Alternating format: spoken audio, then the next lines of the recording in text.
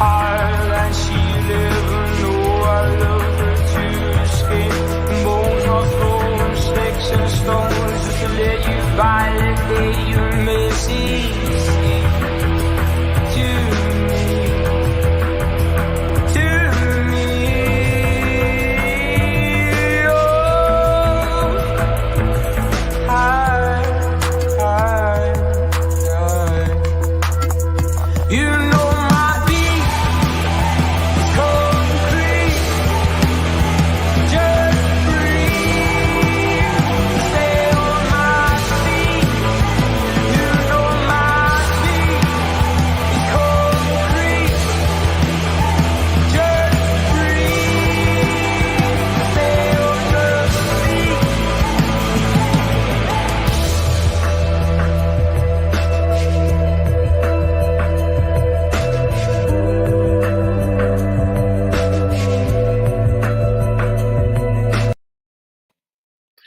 Good evening, everyone, and welcome to the home of Loaded HQ, and welcome back to Away Days. Now, normally I would have the main man, Chris Hall, right next to me on the show, but I think he's got his times mixed up because I've just sent him a message saying, "Are you joining us tonight?" And he's gone, "Yeah, I'm just eating at 8 o'clock, yeah?"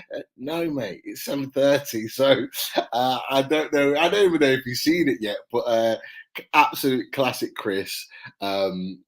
He turns up when he wants. Normally it's during the intro, so I thought he might make a dramatic return, but not to be. But welcome to Away Days. And look, we're going from strength to strength. We've talked about it this week. If you haven't caught the shows this week, we've had some fantastic shows. We had Chris Waff from The Athletic on talking about Amanda Staveley, Amid Agadusi's fantastic interview with George Culkin in a little bit of detail. And then we had our very first last night, brand new show, Talk of the Toon with Jordan Cronin from Newcastle World. A fantastic show. So if you haven't seen any of those shows, give it a click on YouTube on our video list. You will not be disappointed. However, great result at Brentford, a massive 3 points that is putting us in the right direction, 14th in the table. But we look for more. We need more. We need to guarantee that safety in the Premier League this season. And there's no tougher game this weekend than a team that we haven't actually beat in the Premier League since we both came up. So it is going to be a difficult game. And of course, there's no better way of talking Newcastle United previews than having the opposition opinion and point of view. And I am absolutely delighted to welcome back for their second show. We have Chloe, the British Tea Hater. Welcome, Chloe. And also we have Josh from Together BHA. So welcome, guys. How are you guys doing? Good. Yeah. Yep, not bad at all. Thank you. Great to have you back in. And look, from the last time we were on, I think it was a sort of a very different situation, certainly for us, in terms of we were languishing right in the bottom three, struggling to get a win, hadn't won all season, in a difficult point of view. And you guys were having a really good season. And look, from my opinion, you still are. You look at the table here, you smack bang mid-table, 33 points, not going down this season.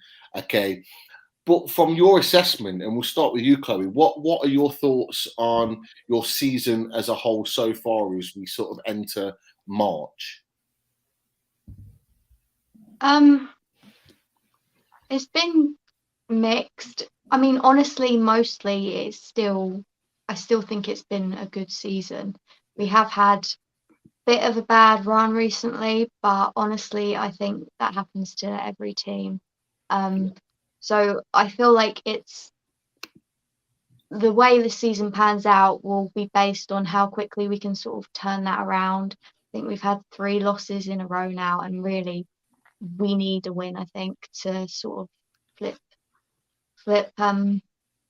to turn the tide, that's the word, and hopefully get back into some good form, because recently we haven't even been looking good. We've not been getting results, and we haven't been playing well either, which is the more concerning thing. It's not like we've been narrowly losing these games. We've been quite well beaten, really, by teams. I'm not going to say that we should be beating, because that's a bit disrespectful, but teams that are lower down and on paper we're probably better than. Yeah, I think that's a fair assessment. That's for sure. And Josh, I think Chloe's made a really good point there, is that some of the results recently, and I've got a few of them on the screen, some of them haven't been great. And as Chloe mentioned, hasn't necessarily been close.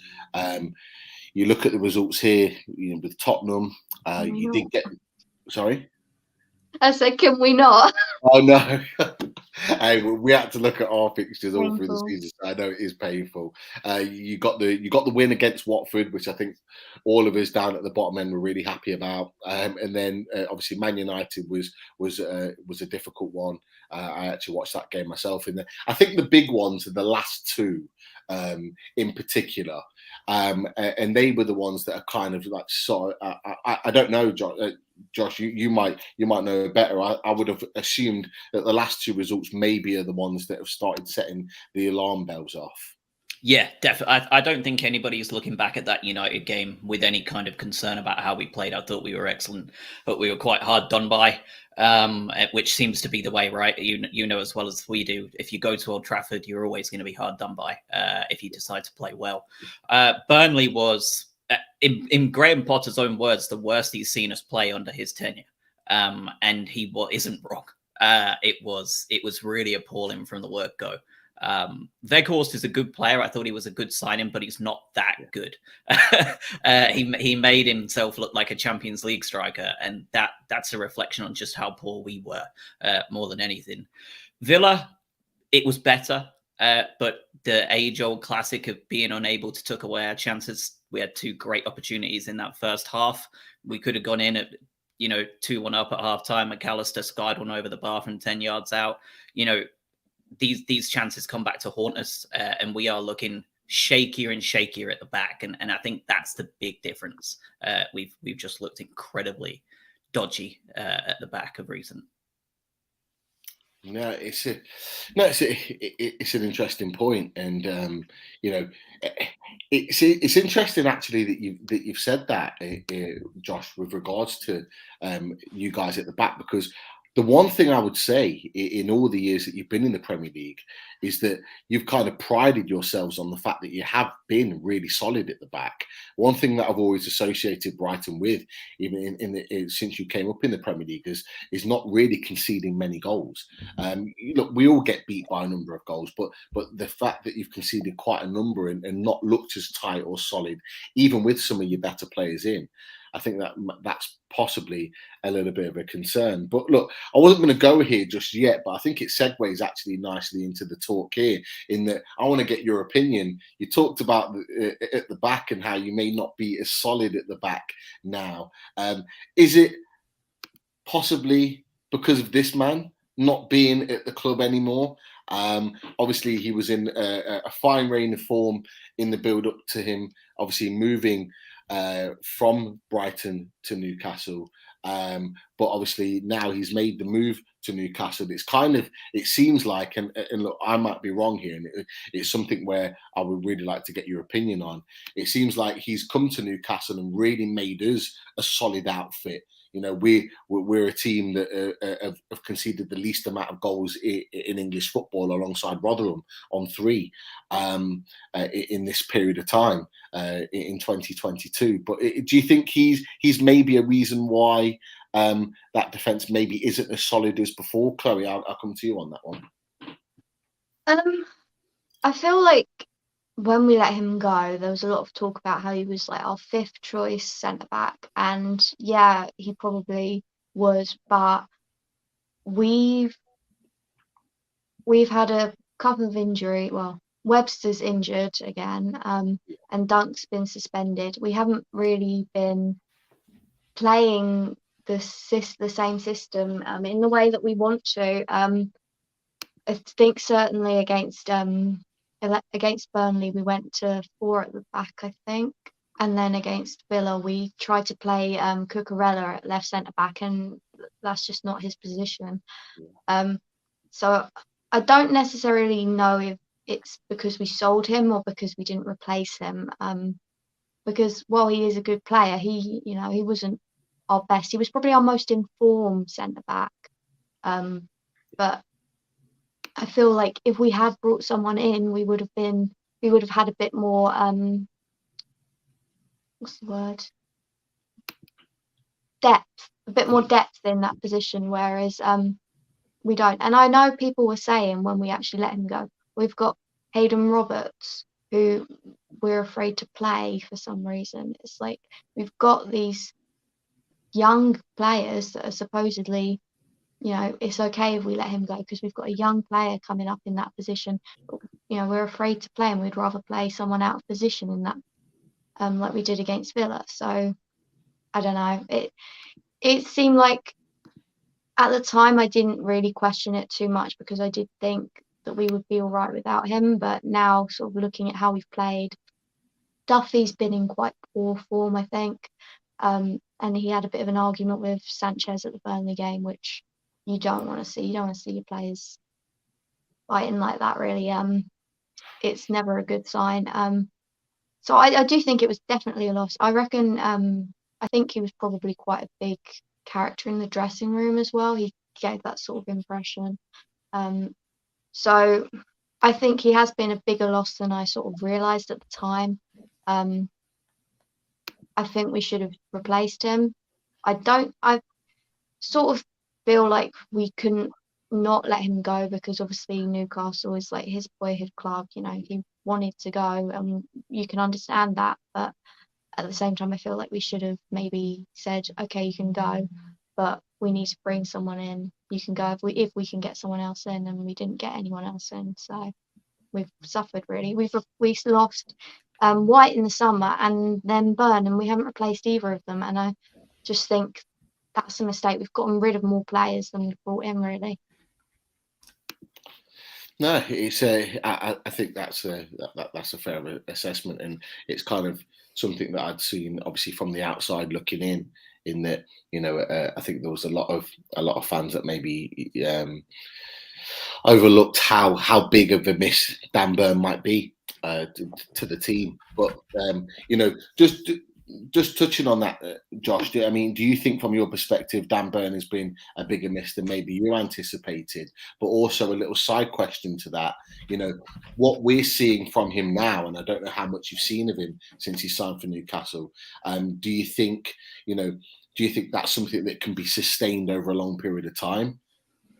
Good question. That was funnily enough something I was going to mention anyway. So I think short term, we're definitely missing him. I think unquestionably, right? Like Chloe said, he was our most informed centre half. Donkey had just come back from a pretty long injury, especially by his standards, then got himself sent off.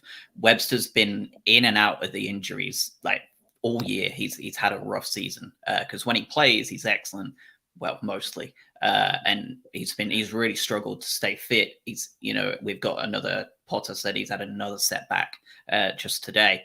Veltman is great, but this 4 at the back with Cucurella and Lamptey as the fullbacks is just not going to work.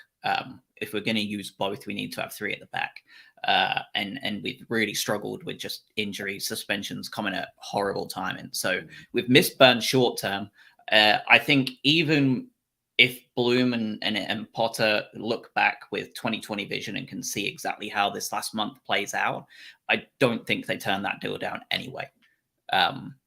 Long term, you'd be mental not to take £13 million for a player that's almost 30, that had 18 months left on his contract, and was in the form of his life when just back in October, he was almost solely responsible for getting us beat by Norwich. He was in a horrible run of form earlier on in the season when he was getting in and out of the squad, and he just hit that wonderful, wonderful level of form, and we've managed to cash in on him for a team that frankly had loads of money to spend and could afford to do so. So I don't think we ever turn that deal down. I think that we both got a good deal out of it. Like Chloe said, the problem is we've got a lot of young centre halves, and with the exception of Hayden Roberts, who I don't also understand why we're not playing either, are all out on loan. So, I mean, Van Heck, I think he's just won Player of the Month for the second month at Blackburn. We've also got, multiple others that are out there doing their job really well. Ostergaard's at Genoa, getting regular game time, playing well. Long term, definitely not worried. At least one of those centre halves that we've got out there is going to come back in the off season during the summer and will be an integral part of the squad next year. And we won't have to then go and spend money to replace them. Short term, it's a bummer, especially with Webster being hurt. If Webster was coming back on time like we thought, you would go, okay, here's the blip, but now we've got the consistency back. But without him for longer, it's an interesting dilemma for Graham to get through. No, it is. I think so. That's an absolutely fair point. Again, it been raised, and this is the thing. We really needed Dan Burn to come in. We needed a left-sided centre-back. We needed someone that was big, tall, physical, someone that was good on the ball.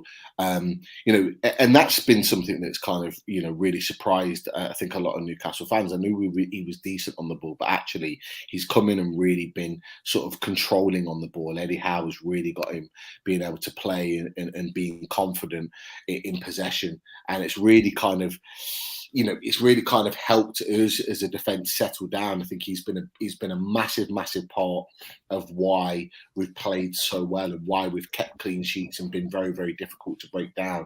We've been in games where the goalkeeper Martin Dubravka hasn't been really tested at all in games because of the likes of Dan Burn and his relationship, in particular with Fabian Schär. Those two together have been really, really solid. But we knew he was big, tall, strong, good in the air. He's proven that at Brighton, over the years of being there. And he's certainly come in and really sort of commanded his position there. But, what I really liked about that, just to finish on that before we move on, is how respectful Brighton were when he left the club. It can always be a difficult one when a player that's playing so well at the time leaves the club, but the way in which Brighton were respectful, and the fans in their remarks to Dan Burn on the way out, the way that Brighton said their goodbyes to him, just really, really respectful, very, very classy. And we don't really get to see that a lot from teams now, where players sort of transfer from clubs, particularly in the same league. But that was a really, really nice touch, and definitely, a lot of Newcastle fans, certainly on social media, really, really appreciated that, and likewise, kind of, sort of tipped our hat to you guys as in real sort of big respect to that. But look, it'll be an interesting one. He obviously knows the way you guys play. He knows the way you operate as a team, because obviously he's worked under Graham Potter. So it'll be interesting to see whether, like Matty Targett, I don't know if you're aware, but Matty Targett had given Eddie Howe a few little bits of nuggets of information before we played Aston Villa at St James's Park, and it worked in our favour. So maybe Dan Burn might do the same, but we'll see. I mentioned Graham Potter. And we'll talk about him now, because he obviously is a manager that is, widely spoken about now as a real sort of top manager at the elite level of football in the Premier League. And his style of play, the way he's galvanised the team, has always been a massive plus from that point of view. Graham Potter, how big of a change has he made to your Brighton team, over the years, but in particular this season? Because I say that because you've had a really good start. Normally you have a bit of a slow start, a little bit sluggish, and then you'll pick up partway through the season. You started like a house on fire.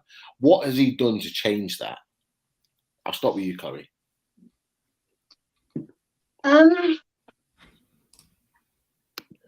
I mean, this season, I think the main thing I noticed early on was we were a lot more clinical than we had been last season. Recently, that sort of changed a little bit, but then I don't feel we've been creating as many chances as we were last season. I feel the main thing is we're getting results where last year we probably wouldn't have. You see how many last-minute equalisers we've got. You know, against Palace, against Southampton and West Ham, you know, it was sort of like 90+ minute equalisers. And I think definitely one thing I've noticed is that we fight even when we go behind to come back into games. And I think that's been really, really good to see. And like in the Liverpool game, for instance, I remember we got a goal, so it was 2-1 and we were 2-1 down, and didn't celebrate, just immediately got the ball back up to the centre circle to kick off and try and get an equaliser. And, you know, we could have won that game in the end, but for some good defending. So, you know, I think we've got a real desire. I haven't noticed that in the last couple of games, to be honest, which is a bit concerning. But yeah, I would say a bit more for resilience and desire. There we go, 2 buzzwords. Resilience and desire. Would you agree with that, Josh? Or is there anything else from your kind of observations from over the pond that Graham Potter has brought to your team? This season, yeah, no, I pretty much agree. It's just that extra bit of grit and belief that they're gonna see out results, which was something that they were not capable of doing last year.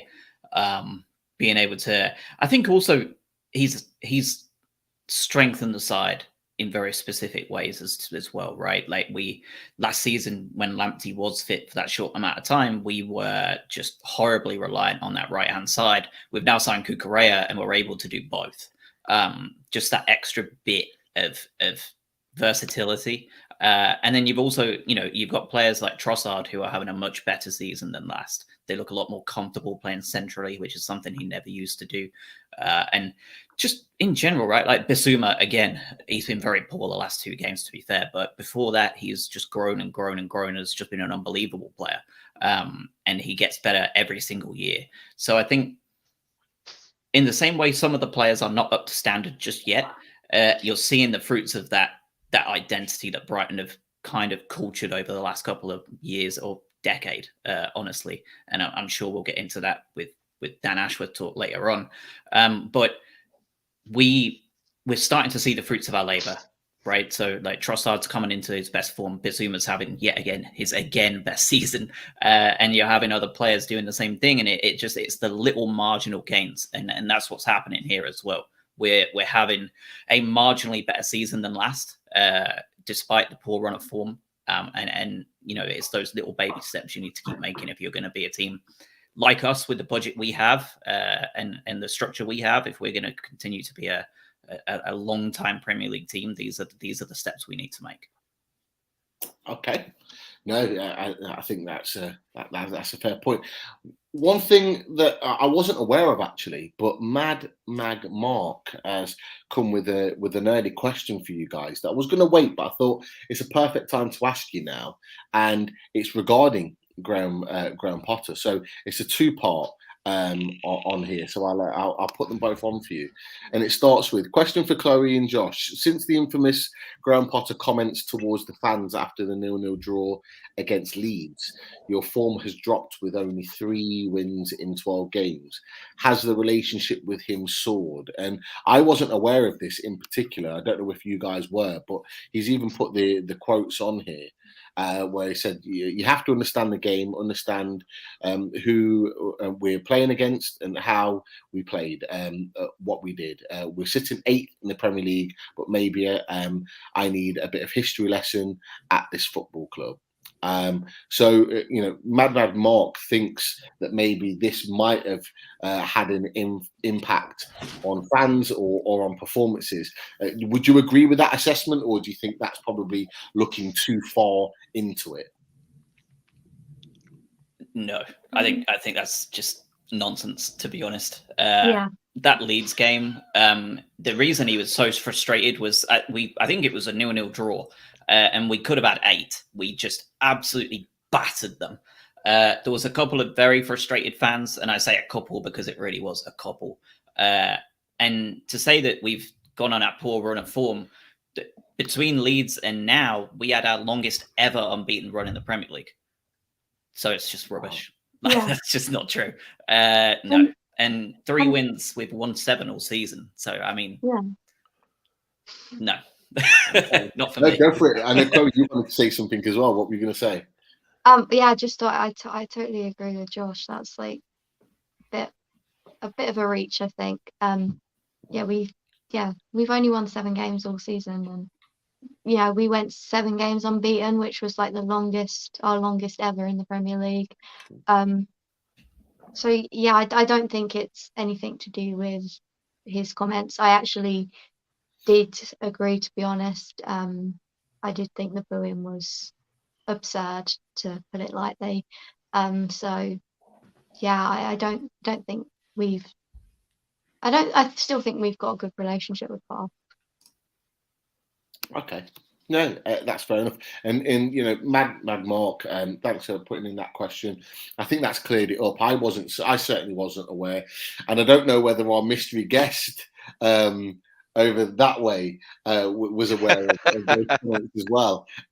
He's arrived a little bit later than planned, but he's finally here. Look, the comments in the chat will never let you forget the fact that you were late tonight.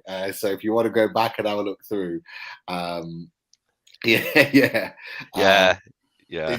one. So yeah, you're finally here, Chris. Great to have you with us. I am. I wasn't aware of those comments after the Brighton Leeds game, so that was a bit of a surprise to me. And obviously, Chloe and Josh have cleared that up in terms of they thought that was a little bit of nonsense. But I mean, from your opinion, from an outsider point of view, what's your assessment of Graham Potter at Brighton? Yeah, do you know what, mate? I think I said this actually on the last away days we did. Talking about Brighton, and I was saying that I was quite a big fan of I think he said Brian Potter then. That's terrible, isn't it? I was quite a big fan of Graham Potter. And when pre-takeover, and when we all wanted Bruce up pretty much from the start, didn't we? He was one of the names on the list that I thought I'd really like him, because I liked the football they were playing. And if you remember last season, Pete, we were talking, weren't we? And we were saying like Brighton's XG last season was really, really quite high, and it didn't reflect their position in the league. And this season, especially the start, it seemed like it really all started to come to fruition. And then, as I say, I mean, I'm a big fan of Graham Potter, and I'm a big fan of Brighton, if I'm honest. I think, again, to quote the last show, there's a number of players for Brighton who I am quite jealous of, and I think, do you know what, I'd like to see them at Newcastle. And I think one of them I said on the last show was Dan Burn, funnily enough. But no, I like Brighton, and do you know what, they're a club where you turn up to play against them, and I never feel confident. And our recent form against Brighton's been really appalling, hasn't it? I mean, the amount of times we've been schooled by a Graham Potter Brighton side is ridiculous. Was it last season? It was 3-0 home and away. Yeah. And both games it could have been more. Like, they absolutely outplayed us. So yeah, I know I'm a fan of Brighton, and as much as I'm feeling confident about this weekend, I'm still also remembering in the back of my mind they are a good team and they've got some good players. Yeah, no, I'd have to agree. And we talked about it earlier on in the show when you weren't here, Chris. I'll have to catch up on it later, won't I? Yeah, no, but we didn't cover all of that, but I mentioned the fact that actually we haven't beat Brighton in the Premier League. No, mad stat, isn't it? Mad stat. So it's a crazy stat, and like I say, for anyone that thinks that this is going to be an easy game just because it's at St James's Park and things have changed, it's not. Our minds are going to be fully focused, and I think Eddie Howe is certainly preparing us in that way. That's for sure. But look, we've talked about Graham Potter. Talked about the Dan Burn situation, a little bit of a review from a Brighton point of view. Now, not set in stone just yet, but there has been a change at the top level at Brighton, and this man has left the club. Dan Ashworth, been a big sort of pillar in the last few years, at Brighton in sort of creating things behind the scenes. It's not rubber stamped yet that he is coming to Newcastle United, although if you listen to the media and what the media are saying, it's just a matter of time before it becomes official. I want to get a Brighton's perspective on this, because I don't think we've had a Brighton's perspective on the Dan Ashworth situation. From a fan point of view, what it's kind of a two-part question, really. What did you notice as a fan that Dan Ashworth did to kind of change things at your club, and how much of a miss is he going to be now he's kind of left the club and is currently on gardening leave? Josh, we'll start with you. Go on. Okay. So I feel like I've almost got a script now with this one, because I've talked about it to so many people, but I understand that a lot of the fans are very worried because since Ashworth came in, he has revolutionized a lot of areas of the club, and for good reason, right? He's highly respected. He's sought after by lots of big clubs for a reason. My perspective is from the Albion's point of view, we have heard for over a decade now about an identity that Albion want to have under Tony Bloom. We've heard it from Gus Poyet, we've heard it from Oscar Garcia, we've heard it from all of these managers and Tony all the way from then, right? I remember being at Derby train station after losing in the playoffs, after getting battered in the playoffs, and talking to Tony Bloom on the train station platform, and him saying, "We're fine. We've got a plan. We know what we're doing." And the plan hasn't changed since then, I don't think. We've got the same ideas. He has came in and established those processes and systems, right? And I believe the hope is, and has been for some years now, that you can have a new director of football or a new manager even coming in without too much changing on the foundation level of Brighton and Hove Albion at this point. At the end of the day, Ashworth built us a huge platform, and we're already reaping the benefits, right? We've signed multiple players that have probably been helped along by Ashworth. Lallana, Welbeck, Lamptey, these players have probably been integral to Ashworth's FA relationship and all that good stuff, right? But to me, there's nothing to suggest that the same system isn't going to work without him. He's established those processes. Tony's a very smart man. I don't see it being a huge negative in the same way as West Brom losing him were, for example. You could even argue, from a huge optimistic point of view, his role actually gets less important as time goes on, because those foundations and those methods are in place, right? If he's done his job right, technically that should be the case. So I'm not as worried as a lot of other people are. I think we'll be just fine. We were fine without him beforehand. He has definitely bettered us, but I think we'll be fine after too. If you ever have any doubts about Tony Bloom's intelligence, take a look at Union Saint-Gilloise in Belgium. They're running on the exact same methodology as Brighton are, and they're about to pull off a Leicester in the Belgian Premier League. He's a smart man. He owns those as well, and they're about to just do an unbelievable level of achievement over there. So I'm not as worried, but it is a huge loss, and you've got a great signing. No, a fair point. I mean, what are some of the big things, Chloe, that you've noticed that Dan Ashworth has kind of made a difference to? Obviously, Josh has talked about sort of you were okay before him. You had a plan before he came into the club. You've got a plan after he's left the club. I think, if I'm right, I think David Weir is coming in and taking on that position and taking on that role and continuing what he's doing. But what are the things did you notice while he was there that he changed within your club?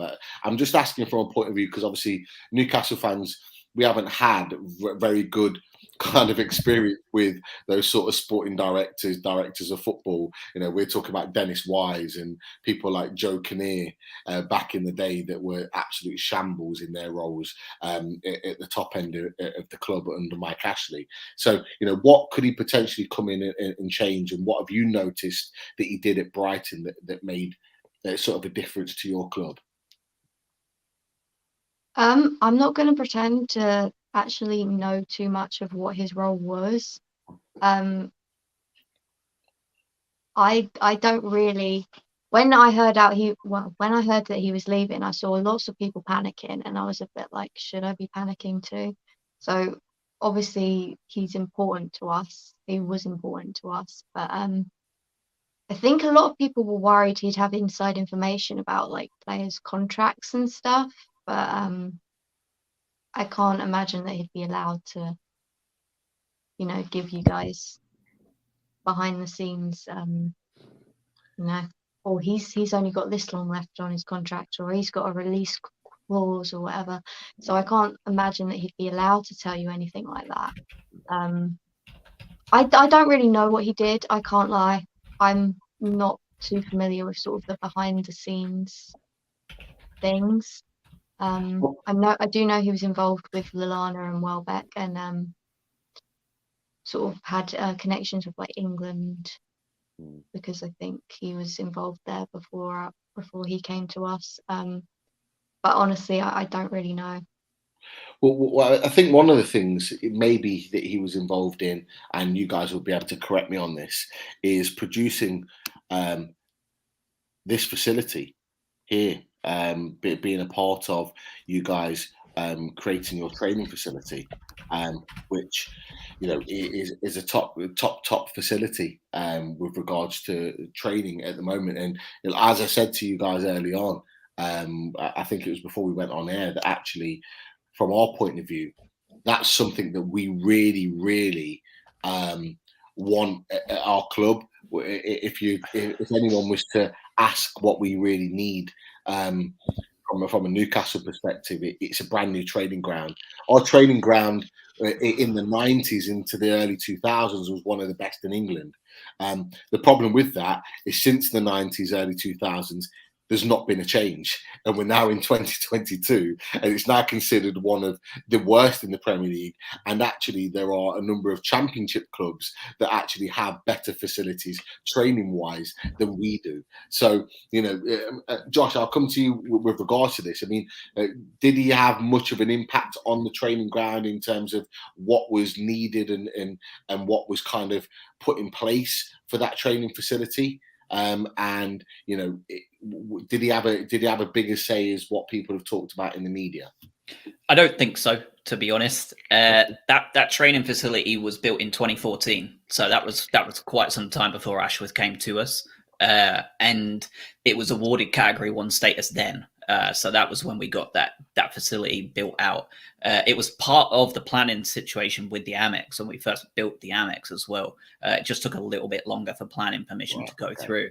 But it was completed in 2014, and it continues over the years. We're just adding extra bits and pieces on. So I am sure that Ashworth has had some kind of say in extra things that could be added over the last couple of years, right? I'm sure he has. We were the first team in the Premier League to offer certain mental health specialists and stuff like that. Probably something to do with him. Wouldn't shock me. I know most of the Premier League teams have jumped on since then, but we did it before Ted Lasso did, and I think I'm sure there are part of the things like that were hugely integral from Ashworth, right? But in terms of the facility itself, like I said, this really goes back to why I'm not too worried. We built that in 2014. This was before we were even a Premier League side. This vision, this identity that Tony has is really just has been so long term. And to me, we're going to be fine until we lose Tony. And Tony is a lifelong Brighton fan. His family have been on the board for generations, and we're lucky enough that he's also got far more money than people say he does on those Times richest lists and whatever they say.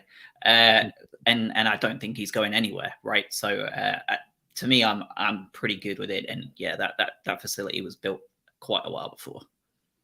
No, that's a fair point. I think that's cleared it up. I know that there's been one or two articles in the last few months that have suggested that he was a part of building that, and from the outside looking in, we weren't aware. So this is why we put these sort of questions to you guys, and you've cleared that up and made that clear. But look, his credentials and some of the things that you've talked about, that he's had an influence in particular certain players, that's exactly what we need. And it seems from your point of view that actually you're not that you're happy to let him go, but you're not necessarily going to see it too much of a loss in terms of your ongoing vision for where you want to see the club progress. But certainly for the here and now, and I'll come to you, Chris, someone like Dan Ashworth is exactly what Newcastle United need in terms of how we see our vision in taking our club forward. Yeah, absolutely. Yeah, I completely agree. I mean, as I'm sure Josh and Chloe will appreciate, we've been starved of any kind of movement of any sort, really. When you were talking, Pete, about the training facilities, I was like smiling to myself because I remember, and I'm sure, Pete, you'll have watched this loads of times, but the Bobby Robson documentary. Yeah. And he's showing Gary Lineker around, and it's only just been done, and he's loving it, and he's talking about the doors and everything and saying how fantastic it is. And I'm thinking that's exactly the same now as it was then, all those years ago. But yeah, I mean, Dan Ashworth to us, Josh and Chloe, like it's a massive upgrade on what we had. Like, you'll probably know, well, one of our friends of the show, Steve Rafe, he actually was talking about Lee Charnley, who was our previous director, and Steve actually said that Lee Charnley used to make him tea and coffee whenever he visited the club, and then all of a sudden he got promoted, and then he ended up being the director of the club. So it just shows, it was a bit of an old pals act going on when under Mike Ashley, and that was the issue. So the fact that we're getting in somebody with his his CV, his reputation, for us is really exciting. And I thought it was interesting as well, Josh, when you were saying about the mental health well-being thing. I believe as well he's probably brought that from England, hasn't he? Because I know England are really, really big on that. And it wouldn't, like you say, it wouldn't surprise me if it was him who brought it into Brighton, and if it was him who initially brought it in with England, because England are massive on it, aren't they? They do a lot of aftercare for players who have finished in the game, or whose careers finish early, because of injury and stuff like that. But yeah, to answer your question, Pete, yeah, I'm really excited about Dan Ashworth, and I didn't think I would get excited, about the appointments made at board level, but because of his vision and because of his reputation, I just think it moves the club on, and it just makes us that bit more professional. And to have someone with his qualification is just great, because it'll improve all ends of the club, not just on the pitch. Yeah, definitely. The way it's been banded around, certainly in the media, is that everything from the academy all the way up is going to be completely revamped, and that's what they're looking to do. We know as Newcastle United fans that our academy all the way through to the 2023s has just not been good enough. It hasn't been good enough over a long period of time. And you look at the players that have come through, at Brighton, and there's still players coming through now. And the way in which your structure is in place, that's the kind of thing that we're looking for. And it shows that we're not just looking at, with our new owners, and how financially beneficial our new owners are, that we're looking to just kind of throw money at it. The fact that we're getting someone like Dan Ashworth in, we could have got, for example, Michael Emenalo, who was at Chelsea, who Chelsea did throw money at and got a lot of the best players, young players in Europe and in Africa, and brought them over and put them all together into a youth team and said, go play, and then loaned them all out. We could have gone that way and just gone all money and thrown at it. But Dan Ashworth brings a different style and a different methodology with regards to the way in which he wants to work. And I'm really pleased for one that we're looking to go in that direction. But it's looking like he's on gardening leave now, which potentially could go into the summer, maybe even to the start of the season, if we don't have this settlement sorted as soon as possible. I know from what we've read in various articles that Brighton are holding out for a sizable fee for Dan Ashworth, which I can completely understand and agree with why they would do that, because we're taking somebody off their hands when Brighton didn't necessarily want to let him go. So we'll see how that one kind of pans out from that point of view. Look, we'll move on. I want to look now and this is kind of a new segment that we've sort of brought in because I want to look at the game on Saturday, the big game, the reason why we're here.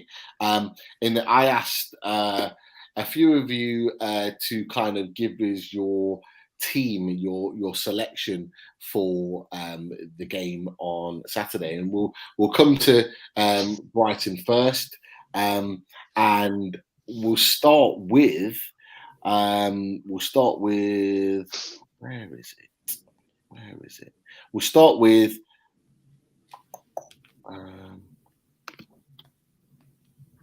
the fixture list here. Okay, so Josh, you put together your starting 11 from Brighton. Just talk me through the system, the formation. Has there been any changes from the last game? What is the big sort of changes that you put in place? Yeah, we'd be going back to a back 3/5 because I still think Cucurella and Lamptey are excellent and they should be playing every game. But we need to be playing a back 3 if we're going to make it work. We don't exactly have Webster anymore at the minute. He's hurt, so we're a bit light. So that's your back 3. Duffy has not been very good lately, like Chloe said. But Dunk and Duffy together are a bit of an enigma. Duffy is twice the player he usually is when Dunk is playing alongside him. And for me, I've not been convinced by Lallana and Gross for a while now. So I would rather have some much younger midfielders playing instead with Moda and McAllister, who have both been excellent lately. If only Moda could start scoring some goals, he would be unbelievable. Bissouma, he's too good to not play, but I'm really hoping we start seeing something more from him. The last couple of games, he's been really off it. And then the standard 2 up front of Trossard and Mopé, they've been a little bit off it too, but they're too good not to be playing together. So that's where I'd go with it. Okay. Tariq Lamptey. We haven't talked about him a lot, and I've not really heard his name bandied about as much as we did last season, because he really, and we knew it firsthand last season, he really kind of came onto the scene and really kind of projected himself at Premier League level through Brighton. And it was actually at St. James's Park where myself and Chris really stood up and took notice of him when he completely dismantled our Newcastle left-hand side when you guys won 3-0 at St. James's Park. I think it was the second or third game of the season when we were in lockdown. And, he really burst onto the scene, and there was talks of, potentially Chelsea buying him back. There was big talks of Arsenal paying big money for him. There was talks of him really kind of projecting himself on international level. And it never really kind of got that far. I know he had a really bad injury that he was out for a significant period of time. But where is he at right now? Obviously, he's in your starting lineup, Josh, for the game on Saturday. Has he been playing games recently? And where is he at as a player right now in terms of his performances? I think he's excellent still. He's one of the best players on the pitch. The problem is we've been playing in a back 4 more often, which puts him at more of a fullback as opposed to a wing back, which is not best suited for him, in my opinion. And he's suffered from the fact that most of the team have had a drop off in form too.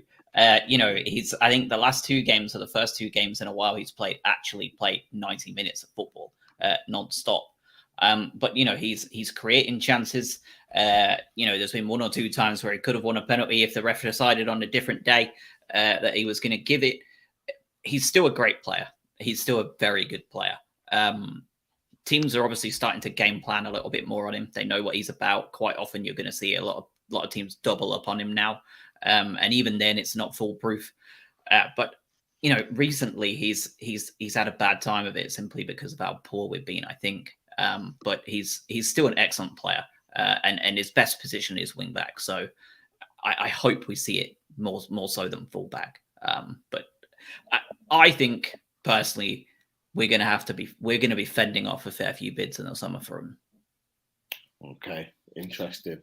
And there could quite well be interest from Newcastle United, because I know Chris, for one, is a big fan of Tariq Lamptey. And look, Chris, you've talked about Tariq Lamptey quite a lot as a player. You really do rate him and think that he's got a big future in the game. Yeah, absolutely. I mean, I suppose in terms of us going for him, Pete, it's probably unlikely now we've got Kieran Trippier, because I doubt Tariq Lamptey would join and possibly play as an understudy to Trippier, because I think Trippier now for the next 2 or 3 years will be the permanent right back for Newcastle. But yeah, I'm big fan of him. Like I say, when that game that you were talking about, Pete, he absolutely tethered our defence. I try and forget about it. I've got to be honest. Oh, mate, it was so bad. But the thing was, which really stood out for me, was that like the whole league were talking about him, and you're thinking it's a young lad who's a right back, and everyone was talking about him and how good he was. And okay, he's not making the headlines as much now, but as Josh has already said, he's still, by the sounds of it, he's still playing really well. And it sounds like they're going to struggle to keep hold of him. If Brighton stay up, and if he carries on performing as well as it sounds like he is. Like I say, he doesn't quite hit the headlines like he was, but he still looks a good player from what I've seen, and he's still someone who I think a lot of clubs would take an interest in. No, I think that's a fair point. I wouldn't be against getting him in.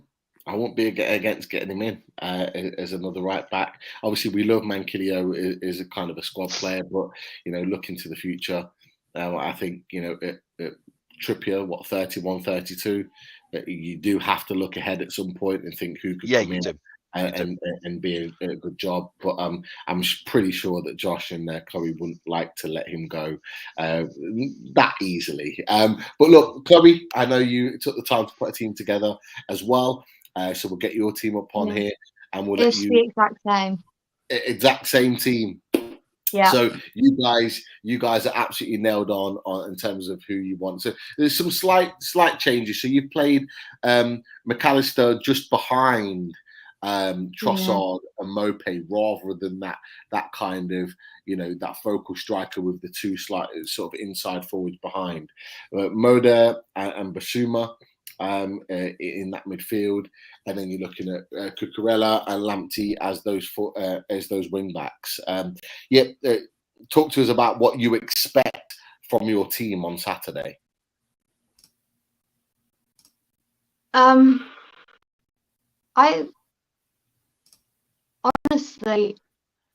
just want to see some sort of desire. The last 2 games have been so poor, and a lot of the time players just look like they couldn't be bothered, and that is really what I do not want to see. And I am travelling up there, so I would rather not lose, because that would be quite a horrible day, to be honest.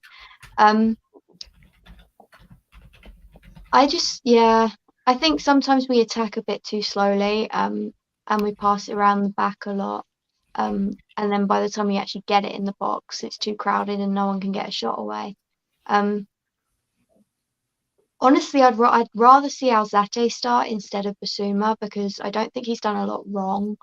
But since Basuma got back from AFCON, it's like he's been straight back in the team, and he's had a few poor games now. And I don't really think that he necessarily deserves to start over Alzate, who did do well in a couple of games against Chelsea and Leicester. So I would like to see him in, but I think Potter will probably stick with Basuma, because he is capable of just having an amazing game.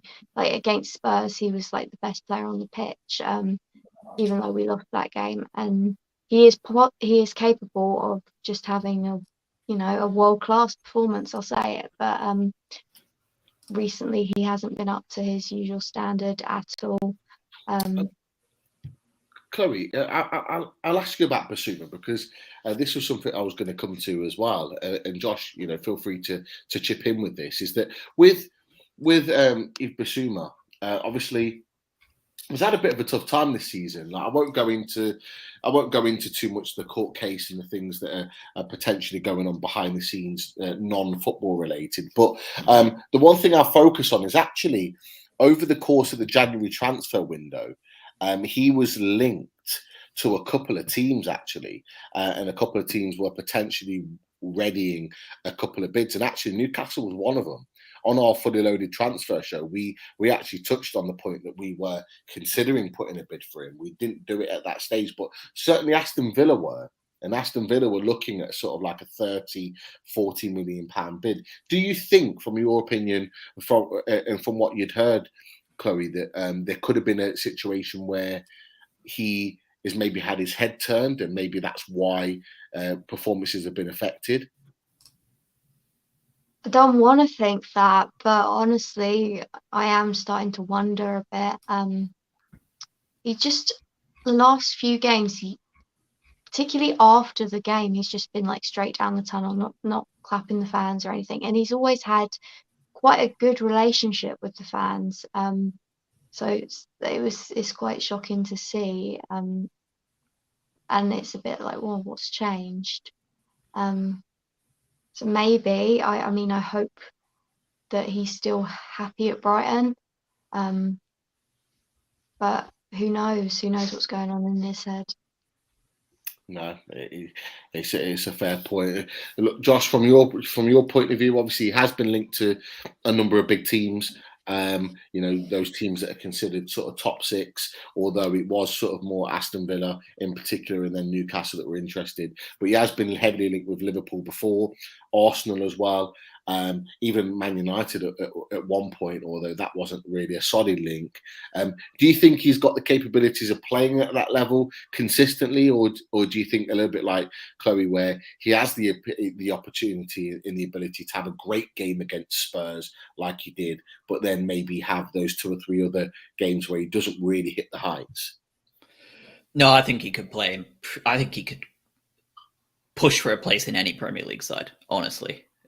Right now, I think he is that good. I think yeah, he's had a drop off since the end of AFCON, but I think overall, I mean, there was quite a lot of times on our podcast where we got to the end of the show and it was basically like, until further notice, odds are pretty strong that Bissouma is going to be our man of the match every week, prior to going to AFCON, and he was excellent against Manchester United too. So I don't know what's going on in his head. Like Chloe said, there's so many variables that could be going on, right? He could have had his head turned by Villa with the sheer amount of money and wages they were probably going to offer, probably triple what we can.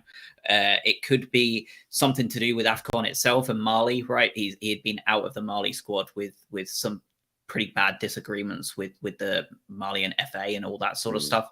He's now had his first appearance back in 3-4 years. That could have had something go on right over there. He could be in the midst of new contract talks with us and be unhappy with the way they're going. It could be a case of, because we've also got Mope, Trossard, McAllister, and a couple of others on 18 months left on their deal. There could be a group of them getting together and are upset with the way their contract deals are going on in terms of those new deals. Could be why the heads have gone down all over the place. There's so many variables in what's going on, and also it could just be that he's just not on it for a couple of the games, and it's such a stark contrast because he's so great usually that when he does put in a poorer performance it looks that much worse. There's just so many options it could be, and who knows, but I think long term, he's our best player, and I think he could be the best player for a ton of Premier League teams, and he could comfortably get into pretty much everyone's. No, I think it's a fair point. Chris, Bissouma, would you take him? I know we've obviously got Bruno G is our new midfielder from Lyon, but looking at other midfielders, we actually were talking about the likes of Calvin Phillips. Potentially, if Leeds have a difficult season in the summer and we stay in the league, we looked at a number of other midfielders. Yves Bissouma, would you take him? Yeah, I would. He's always impressed me when I've seen him, and I know a lot of people rave over him. And you don't get linked with the clubs that he's been linked with by accident. It seems he's destined for a big move, and that's not to say I want you to lose him or anything like that, but sometimes players can outgrow the club, and when you're talking 40, 50, 60 million, it's kind of you start thinking maybe if you were to sell him, then obviously you could upgrade a few other positions. What I'd be interested to know from you both, is with regard to Bissouma. If he were to go, do you think that you could adequately replace him? I mean, I know sometimes when big players leave a club, you're like, oh, it's going to be difficult to replace him. But because of the kind of player that he is, do you think that you would be able to find a replacement? And would there be? Do you think that if it was to be, say, 50 million, if I've heard 40, 50, 60, so if we say in the middle 50 million, do you think you'd be able to adequately replace them? And then, out of interest, Josh and Chloe, what other position would you look to improve on in your current 11 at the moment? We did okay without him in January when he was at AFCON. We didn't lose in the 5 games he was gone for. So, and that was, one of those times when you don't really plan for it or want it to happen, right? AFCON's always like a git when it comes in because nobody wants to lose those players. Salah, nobody wants to lose Salah. No one wants to lose Mendy, Mane. Bissouma was just as important. And we did just fine without him. We drew against Chelsea. We drew against Palace. We drew against Leicester. We beat Everton. That we were getting results without him. Are we better with him? Yes. Do I think that we could adequately replace him? I think that Moises Caicedo is interesting. I don't know if that's something that they're going to look for as the long-term replacement that we already have. I don't know if we go out and sign someone that would be that replacement. I know that we brought in Kozlowski, who's gone to Union as well, but he's much more of an attacking midfielder, it looks like. So I think we probably would sign someone. We're going to be seeing a couple of outgoings in the midfield this summer. I think Bissouma's definitely gone. Pascal Gross, I will be surprised if we renew his deal. I know this is a bold take, but I will not be surprised if Lallana retires to move on to the coaching staff. And at that point, you're 3 midfielders short. So I think we are inevitably going to go out there and sign someone. In terms of other positions, anything offensive for me. I'm perfectly happy with Mope. I'm perfectly happy with Trossard. And we've got Undav already over the line, which is a brilliant signing for £6-7 million. It feels like robbery. But anyone else that can come in and do a job offensively will be great for me. We just need alternative options. We don't need someone to replace these players. We need someone to offer something different. And I've been saying that for ages. And that's all we need. And I think, we've got Mitoma, who's out on loan, the young Japanese winger that's incredibly talented. Maybe he's going to be one of those players. Kozlowski, like I said, maybe he'll be one of those players. But anyone that can put the ball in the net and offer something different, that's where we'd need to be putting money in, I think. Yeah. Funnily enough, I'm just going to jump in here with a question because it kind of relates to what you just said, Josh. Tom Dixon was asking what's happened to Lallana. Is he currently injured, or is it the fact that he just can't get in the team, and that's why you're saying that maybe he's coming towards the end of his career and he's due to retire? Bit of both. He is injured, isn't he? Isn't he due back in training tomorrow, possibly? I saw he might be involved, but might not start or something. Yeah. It's a bit of both. Yeah, I think it's a bit of both. When he's playing, I know he's never been a goal scorer, but you hope he's going to pop in 1 or 2, and he's not. And we need some of those midfielders to be, doing something. And we have an awful lot of very good midfielders that are not doing anything offensively. I had a list here. Let me see real quick. We've got this is 0 goals from this collection of players: Adam Lallana, Pascal Gross, Solly March, Jakob Moder, Lewis Dunk, Kukurea, Lamptey, Connolly, Veltman, Alzate, and Bissouma have combined for no goals this season. Wow. But they have combined for a 9.6 XG. Right. So we've got nothing from those players, and they've all had opportunities, right? So that's a lot. That's almost 10 goals we're short on. And those 10 goals could be the difference between where we are now and sitting in 8th or 7th still and causing a lot of problems for those teams at the top. Yeah. It is those fine margins when you're at that level.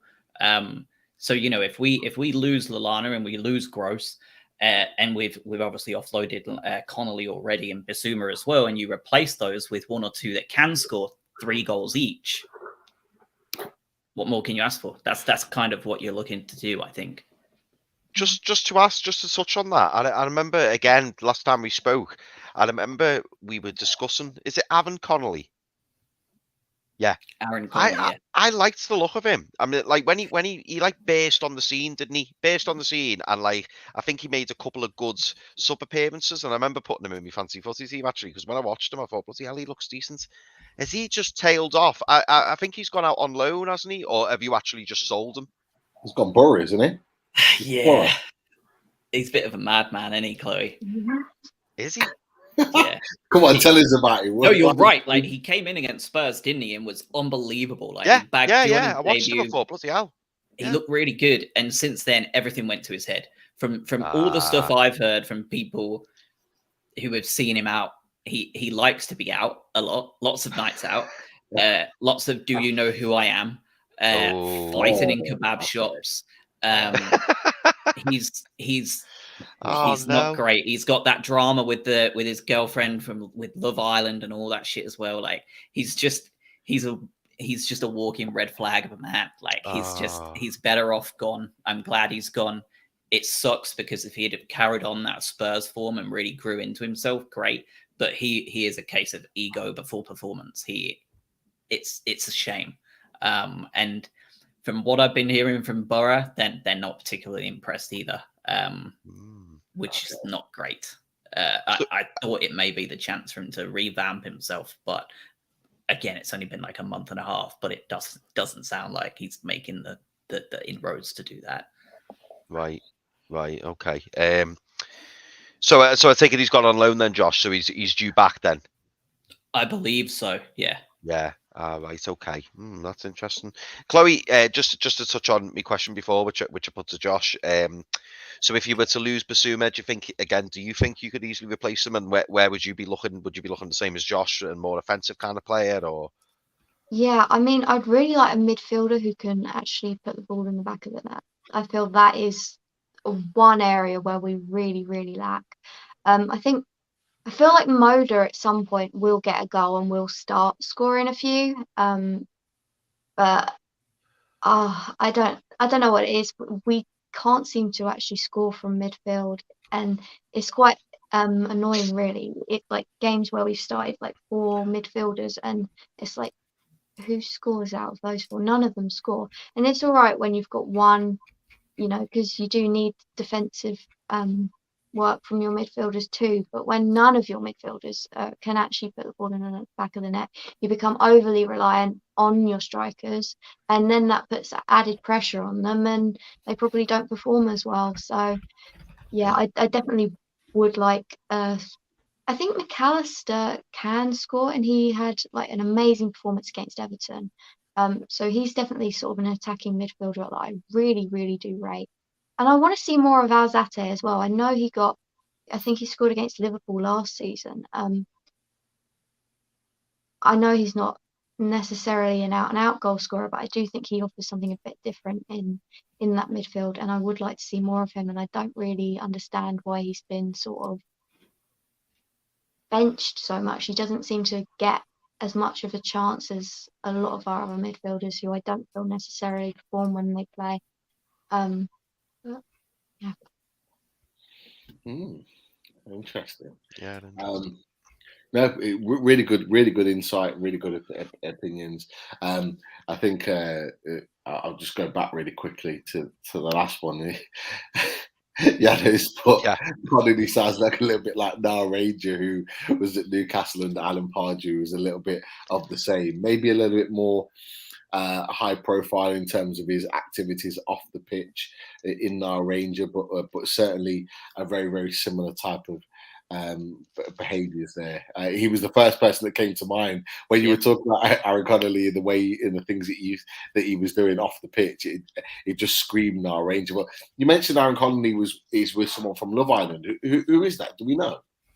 I don't know. I don't watch it. But you're right, though. He really is Nile Ranger without the prison time. Like, he is. There's no different. Like, they're very similar trajectories. I think, unfortunately, they may end up having. Yeah, definitely. But look, before I ask Chris his opinions on Newcastle's potential lineup, I think it's time for a little bit of stats for Newcastle United. And look, there's only one way in which we do stats here on Loaded HQ, and it's with this man.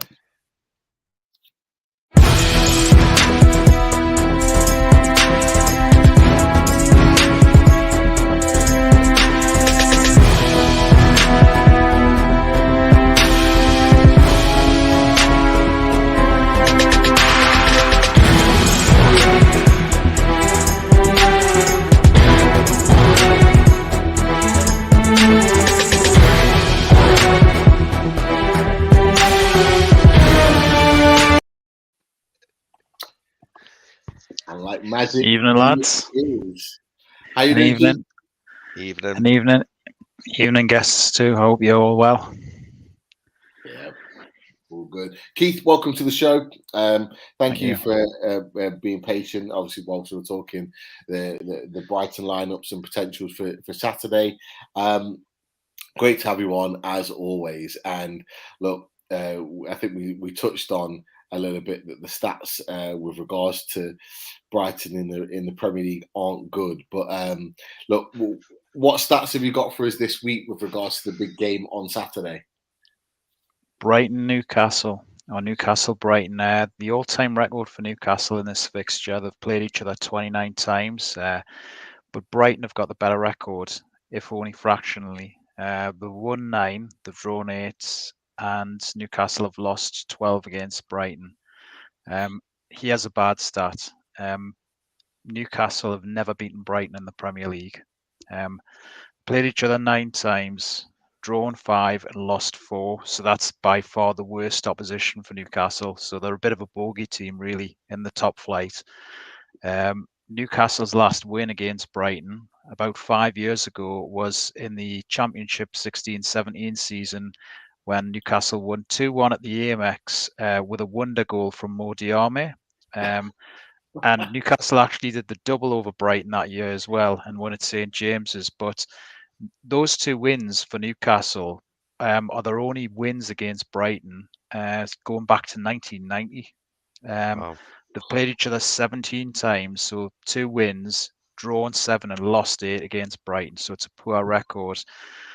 Newcastle also have never scored a goal in those 4 Premier League fixtures against Brighton at St James's. I'm going to bring it up. Don't worry. I'm after that. Isn't it? It's bad stats so far. Brighton have only won 1 game in the Premier League since beating Everton on January the 2nd. So their form recently hasn't been as strong as the early part of the season. They've drawn 3 and lost 3. And their away record, though, is much better than the home, or slightly better than the home record. Out of 13 games, they've won 4, they've drawn 7, and they've only lost 2. And those 2 defeats, one of them Aston Villa, the other Man United.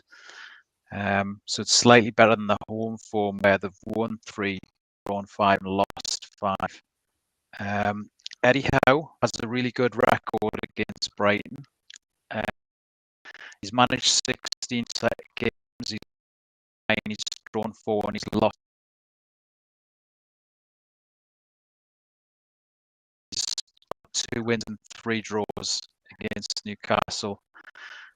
Chris Wood also has a good record against Brighton, and we're all hoping that Chris Wood's going to break his duck for Chloe Newcastle. doesn't look very happy about that. 8 goals in 18 games, so it's one of his better records. But Brighton, their top goal scorers this season, Neil Maupay, 9 goals in 26 games. And then you've got Leonardo Trossard with 4 and 24, and Alexis McAllister with 4 goals as well in a similar sort of fixtures. And Newcastle fans all know about, certainly all know about Trossard getting a couple of goals in the last fixtures against Brighton. Yeah. Wow. Interesting. Very interesting. We knew that the stats weren't great, but actually, you know, you put a little bit of a positive spin from a Newcastle perspective with Eddie Howe and his record against Brighton, and obviously the big one, Chris Wood. Look, Chris, I'll come to you. How badly does Chris Wood need a goal for Newcastle? He's given everything in terms of his performance, his hold-up play, his flick-ons, his linking the play with the rest of the players. He just needs a goal, doesn't he? Yeah, he does. And I desperately want him to get a goal because, again, not going to name any names or anything, but I am sick to death of hearing people saying how crap Chris Wood is. Like, I'm honestly, I'm sick to death of it. And I don't understand why people have got that opinion or where they've got it from. Throw all the stats you want at me, that's fine. But I know what I'm watching. And I'm seeing a committed performance from Chris Wood. And the team's playing well, and it's a team game. Do I want a striker who scores 2 goals a game? Of course I do, but I'm not going to get it, am I? It's not going to happen. Chris Wood, for me, he desperately needs a goal. He really does.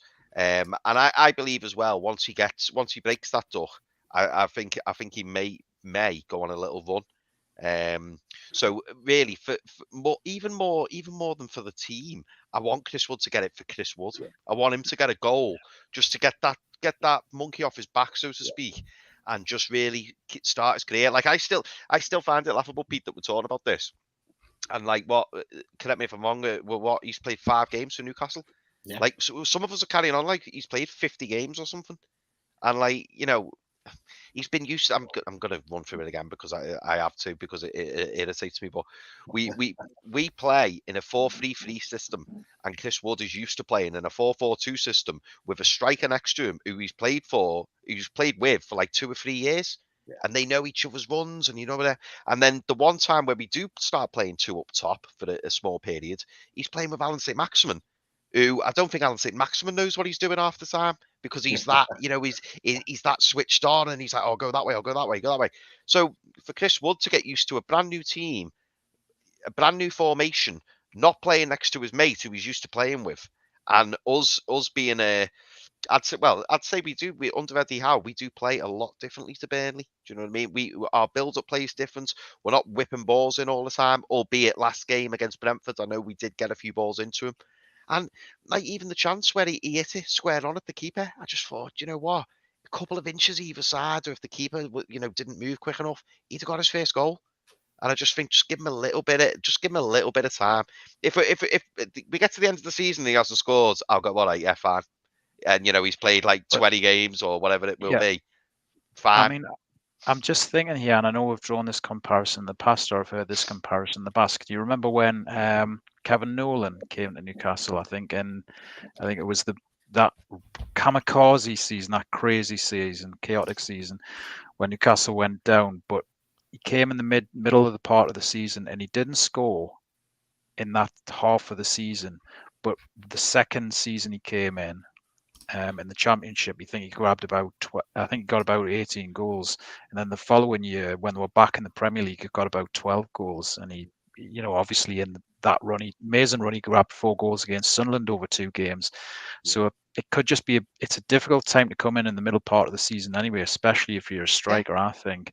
And also, I think as well, there's an issue there as well, maybe that Wood coming in, that burden of expectation of getting all the goals when you've had Joe Linton, who's doing better in midfield than he is as a striker, and also Wilson going out injured. If Wilson hadn't got injured, but still had Wood coming in, he mightn't have had as much pressure on his shoulders, and he would have had a better striker up front.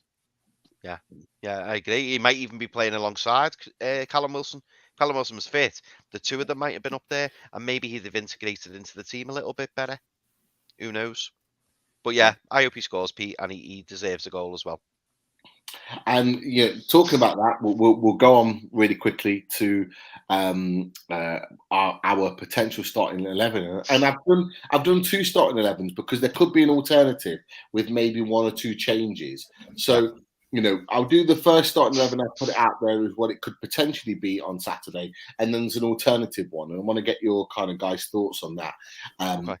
With regards to the starting 11, and then for Chloe and Josh, what I would like to do is to see where, in your opinion, where there could be the danger men, the ones that could really potentially hurt you, and where on the pitch. But we'll start with this starting lineup here. So this one is pretty much in fact, it is. It's the same starting lineup as what we had against Brentford.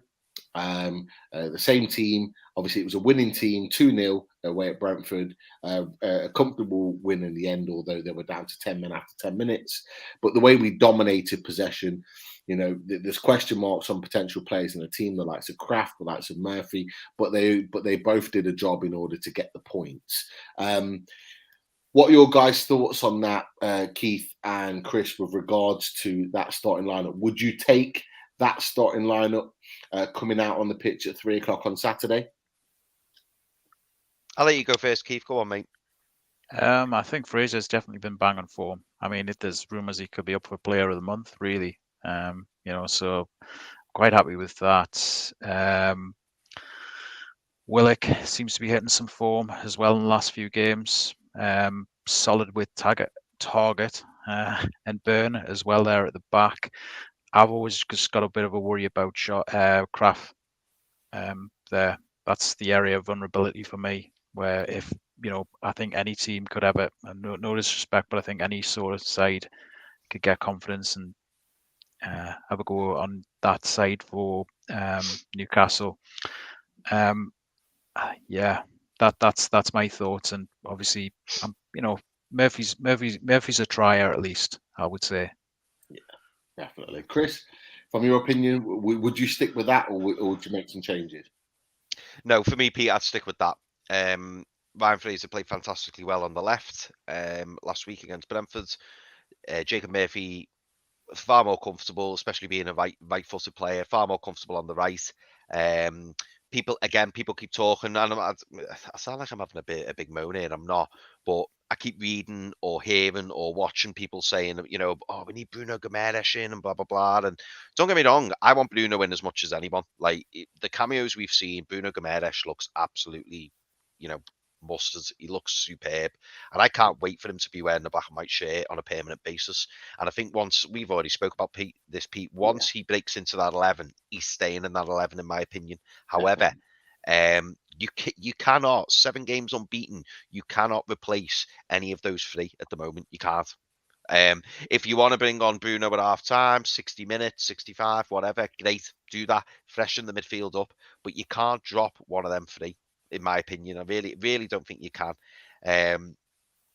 It's funny, actually, Pete. One thing that is, I never thought I'd hear myself say, I actually don't think I would bring Manquillo back, because Crafts, I feel like he recovers from played against Brentford last week, and it was a much improved performance. So I actually feel like I would want to keep the team unchanged, because he did well against Brentford, and again, we're talking about a clean sheet here, so why change anyone in that team? Going forward, I'd prefer Manquillo in there, and obviously Trippier over Manquillo, but I feel like we don't change that team. I've heard, well, again, I could be wrong here, Pete, but I've heard Alan St-Maximin could well be back this weekend. I think in the short term, St-Maximin starts on the bench, and I think he'll come on. Long term, if you're asking me in 2, 3, 4, 5 games time, yeah, of course he's got to go back in the 11, and of course for me he has to play in Fraser's position there on the left, because that's Maxie's preferred position, and we can't knock Maxie's performances, and then I'd move Fraser onto the right. But that, for me, that's what I'd do this weekend. Yeah, and this is the reason why I put this as the initial starting lineup, is because we won 2-0. It was a very dominant, win, 63% possession, 62% possession. We dominated the game, albeit against 10 men, but it's never easy against 10 men. It's not always straightforward when they go down to 10 men. Sitting deep, holding up, we have to try and break them down. We did twice. And we looked really, really comfortable. And it was only, I think their first shot in anger that Dubravka had to save, and it's still a pretty comfortable save, was the 91st minute. That tells you a lot about how defensively solid we were. But what I did is thrown in an addition here. I've thrown in an alternative 11. So here's the alternative 11. You're absolutely right. Friend of the channel, Sean Casey, tweeted out today that Alan St-Maximin was back in training.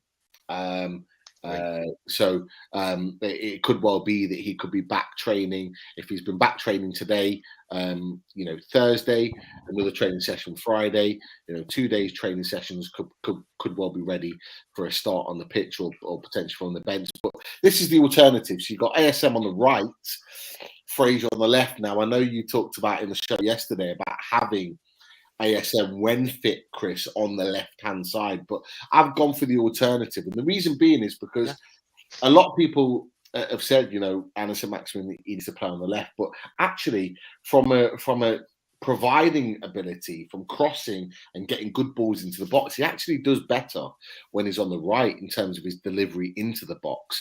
It's probably more of a selfish approach in terms of cutting in and shooting on the left-hand side. Yeah, I agree, Pete. That's what I think it is. I mean, I remember. I think Maxi said in an interview once he prefers playing in the 10. But I think given the choice of left and right, he would pick left. And like you've absolutely nailed there, it's probably because he likes to cut in and have a shot. Whereas if he's on the right, he will be told, get that ball in. And he probably doesn't want to. It's probably what it is. And so that's why it was the alternative. Obviously, the big alternative in there is Bruno G. Bruno Gomes coming in for John Joe Shelby. That's who I think he's coming in to replace. That's his position, in that little deep line position, picking up the ball, dictating play. He came on at 65 minutes, and I can't believe how well he played. He literally just controlled the game. He's getting more game time. He's getting more game time gradually, isn't he? And if Shelby, for whatever reason, has an off game, if he picks up a book in early doors in the game, that's always an option, isn't it? Really, but how to make an early substitution?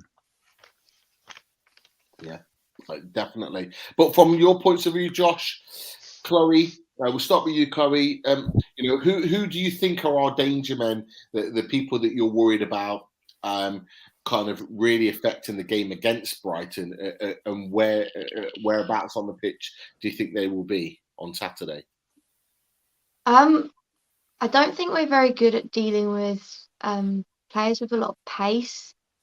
Saint Maximum he scares me a bit, so I hope you don't start him. Because I think quite a lot we get done on the break. A lot of goals we concede, they get in behind our defence, and then we're helpless. But I hope St Maximum's not good. I just know Dan Burn is probably going to score against us from a header or something, because that would be painful to see. But hopefully we've got enough aerial ability in our defence that sort of set piece scenario shouldn't hurt us. I think if you get in behind our defence, I think that's sort of the area you really can affect us if you come at us with pace. Yeah, no, that's a fair point. Josh, from your perspective, who are the ones that would really kind of, in your opinion, affect the game in Newcastle's favour on Saturday? I was looking at that team and I was thinking if we play anything like the last two games, everyone, just how poor we've been.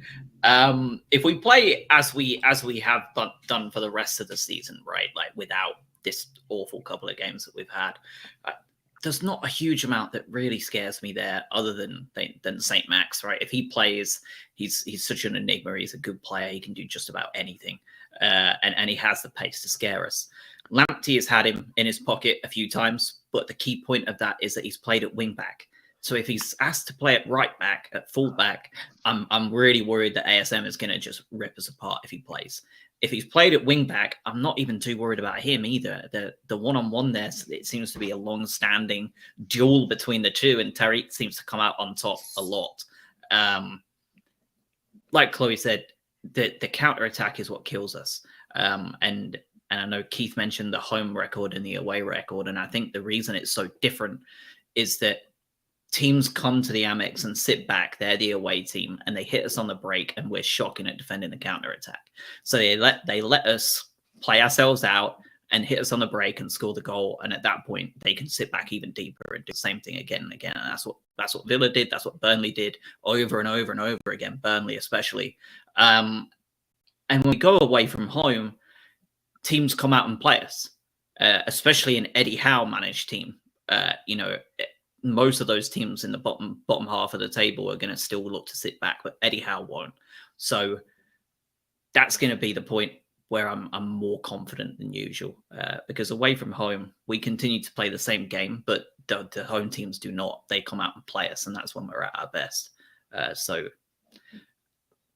I'm not hugely worried about anybody except St. Max. And the obvious classic of Dan Burn, because he's just left, right? So it's one of those ones that's like the story's already written, really, that he's going to do something, either to cost you or cost us. Feels inevitable that he's going to do something out there that's going to be a big moment in the game.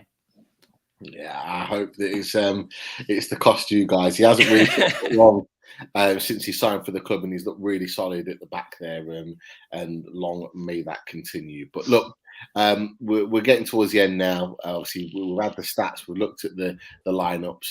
There's no way we can go without having looking at the predictions for the game. So look, I'll go sort of around the houses.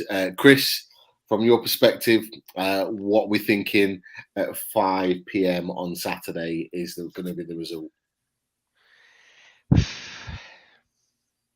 I kind of think there's going to be goals in this one. So I am going to say, I'm going to do a stupend, and I'm going to say 3-1 Newcastle. Okay, yeah, that'll be an entertaining game, that's for sure. And the stupend can never really go wrong, really, can it? No. But Chloe, what are you thinking from the Brighton perspective that the result's going to be on Saturday? I'm going to go 1-0 to Brighton. Bit optimistic, but I think grabbing a win would really sort of help our morale, and yeah, why not? Yeah, definitely. It could well be a tight game, particularly with Josh and how you said the way it's going to be set up potentially, in that looking to for us to have a lot of the ball, do a lot of attacking, and then potentially hit us on the break. But Josh, from your opinion, what do you think the result's going to be on Saturday at 6 p.m? Yeah, I don't think we need a win at this point, right? I don't think we're going down. I think we're definitely safe at this point. But I think we need a win morale-wise, like Chloe said. It's going to do us a world of good. And we've just put in 2 of our worst performances of the season.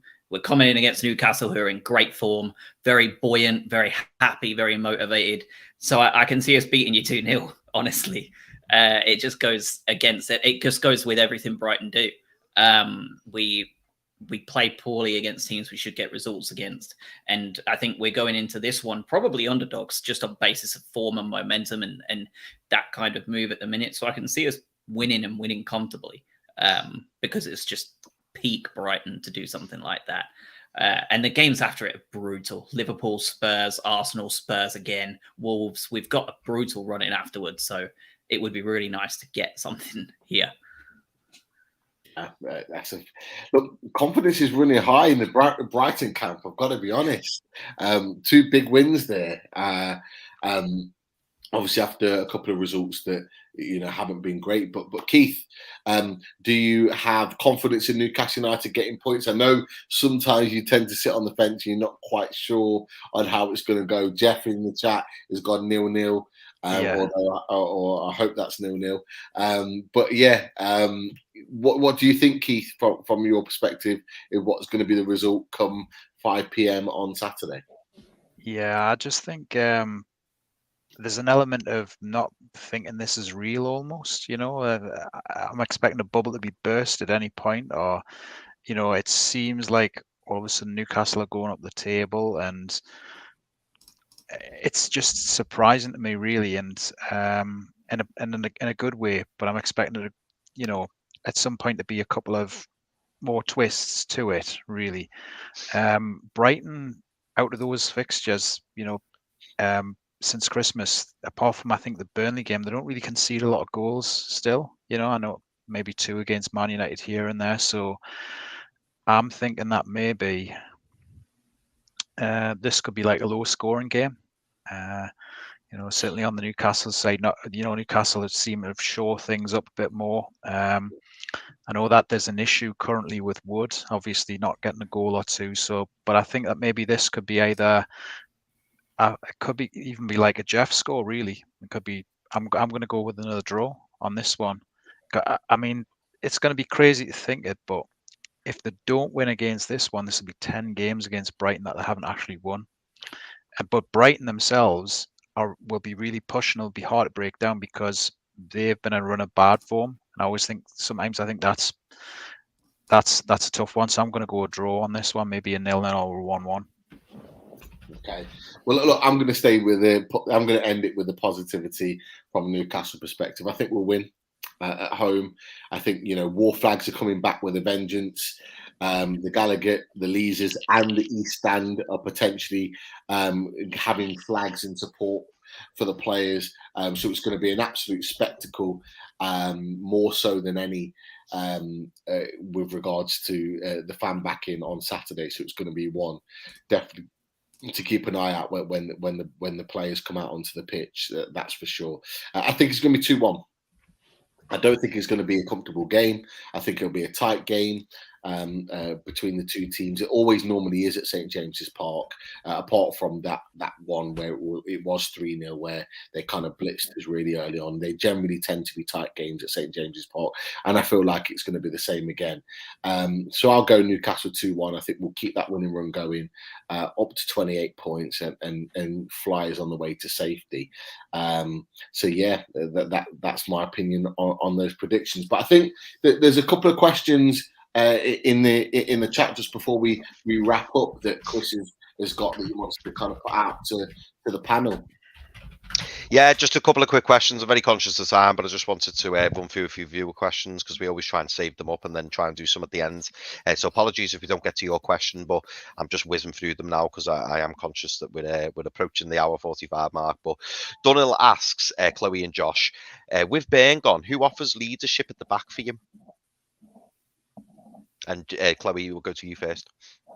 Well, obviously we've got Lewis Dunk, who is our captain. And I think Duffy as well, both of them are quite vocal on the pitch. So yeah, I definitely think we've still got that leadership at the back.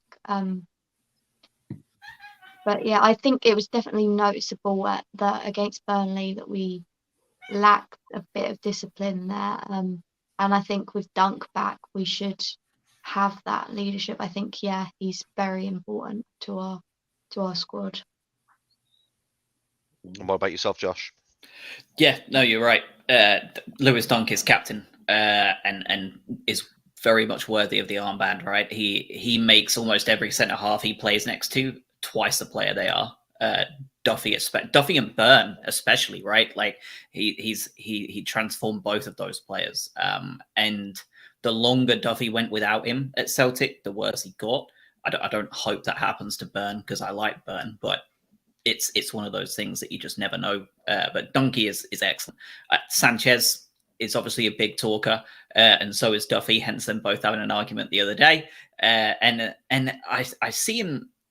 It's easier to see it on the TV, and given that I don't have much choice but to watch it on the TV where I am, Cucurella is chirping constantly at someone or something when he's on the pitch. I know he's also a wind-up merchant, so he may well be doing half of it to the opposition. But he's a big voice. He's always chatting to someone or talking about something. So I don't know how much of a leadership role he's playing, especially at this point. He's still young, but yeah, I'm certainly not worried about leadership either without Burn gone. Yeah, no, thank you for that. Yano asks, was Webster good recruitment or a product of the Brighton Academy? Which is an interesting question because I'm not sure on the answer myself. So if either of you could enlighten us, that would be good. We signed him. I think he's our joint record signing for 20 million, I believe. Wow. Or I think it was undisclosed, but yeah, he was just a good signing. I think when we actually signed him, it was a bit questioned as to, how good is he going to be? But I think he's really sort of proven his worth. But yeah, that was good recruitment. Yeah, no, very, very, yeah, because he's been spoken about a lot this season, isn't he, Webster? So sounds like a very good move. Chloe, couple of individual ones for you here. Can we ask why Chloe doesn't like tea? It's gross. It just tastes gross. It's just like leaves in a bag and like in hot water. Like, what's to like? Nah, Just not for you. it's gross. No. And Ian Barron asks, is that a vinyl record collection, Chloe? If so, it's very impressive. It's mostly my dad's. I have got my own little square where I've got my records, but nowhere near as many as my dad's got. So yeah. James Griffiths asks, do Brighton have anyone else called Dan that we can have? You are more than welcome to take Danny Welbeck in the summer if you want him. No, thank you. Yeah, no, thank you. And do you know what? I'm flagging these up because maybe it's because I went on events and people are poking at me. I don't know, but Andrew Coburn reckons I look like Kane without the mask, which Pete flagged. I flagged it, and I don't know if you noticed about 10 minutes ago, I just burst out randomly laughing because I'm a big wrestling fan.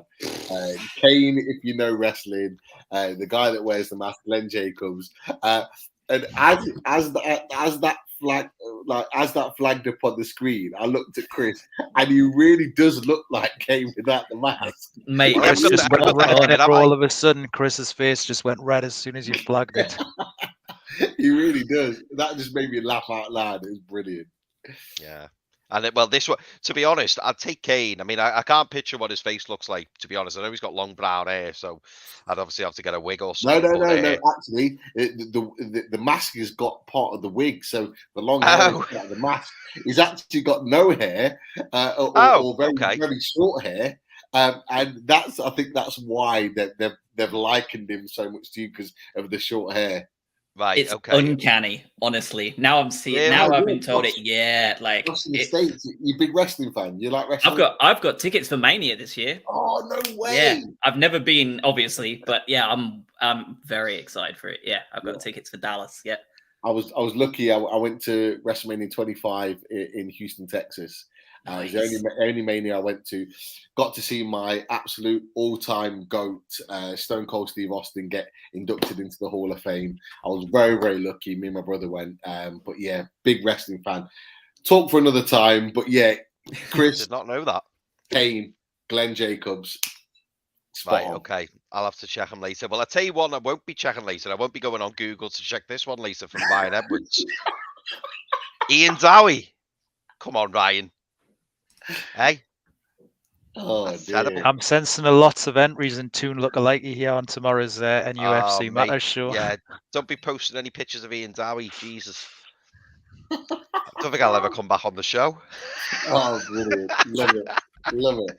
Oh, no, but yeah, no. But listen, as I always say this, listen, thanks so much for the comments. It cheers us all up. We all enjoy a good laugh, as you know. And yeah, it's always great having people in the comments. Thank you for all your questions. Thank you for all your funny comments, and thanks for all the stick for me turning up late as well. Definitely, no problem at all. A pleasure as always to have you guys here. And just before we sign off, if you haven't already, and there's been a number of new visitors to the site and the channel, come and join us. Become a subscriber. We are fast approaching 3,000 subscribers. We've had another at least 10 or 15 tonight, new subscribers. So welcome to the Loaded family. Help us on the way to becoming 3K subscribers. And if you want to be a member, and again, we've had one or two join as members for Loaded HQ. This is where you need to join. Click that blue button, $1.99 a month. You will not be disappointed. Quick shout out to the sponsors. Shy Burns, massive support with all things mental health, which obviously is at Loaded are massive supporters of. We've got lots and lots of different types of clothing and water bottles, t-shirts that support Shy Burns. So massive support, and thank you for your sponsorship. Please get involved. Pins and prints. If you want your famous pins and prints, get involved. New to the channel, if you've seen them on our other shows, lots and lots of famous pins and prints. Kieran Trippier's famous goal, lots of players memorabilia of their t-shirts. I put on a picture last night of Lauren Robert that I'd love to have as a print. Get yourself involved in that too. And of course, we have Bronwyn's Black and White Army. I keep saying it. We're very close to her new range, her new line, and she will be coming on the show very soon to give us her new line exclusively. So keep an eye out for that as well. But look, it's been a fantastic away days. Massive thanks to Chloe, as always, for joining us for the second time, and also Josh across the pond. From a Brighton point of view, best of luck for the rest of the season. Obviously, of course, after Saturday, and I'm sure you guys will have a very good end to the season and be soaring up the table. And look, hopefully we stay in the Premier League and we can welcome you guys back next season for a little bit more chat with regards to Premier League fixtures. I think you'll be safe. I think you're fine. Yeah. I really do. Fingers crossed. Thanks for having me. Yeah, I know. Thanks for coming, both of you, and obviously Keith, Statman 00 Stato. Thank you for your stats and obviously being an integral part of the Loaded family from an away days point of view, and the main man for finally joining us late on in the show. Always a pleasure. Never ever a chore. The guys in the chat, absolute superstars. Thank you for all your questions and support, and we will be back for some more loaded content on Saturday with the review, and also we'll be back next week with some more away days. You guys take care, have a fantastic week, and pray from a Newcastle perspective, 3 points. Off we go. We do love playing away. Take care.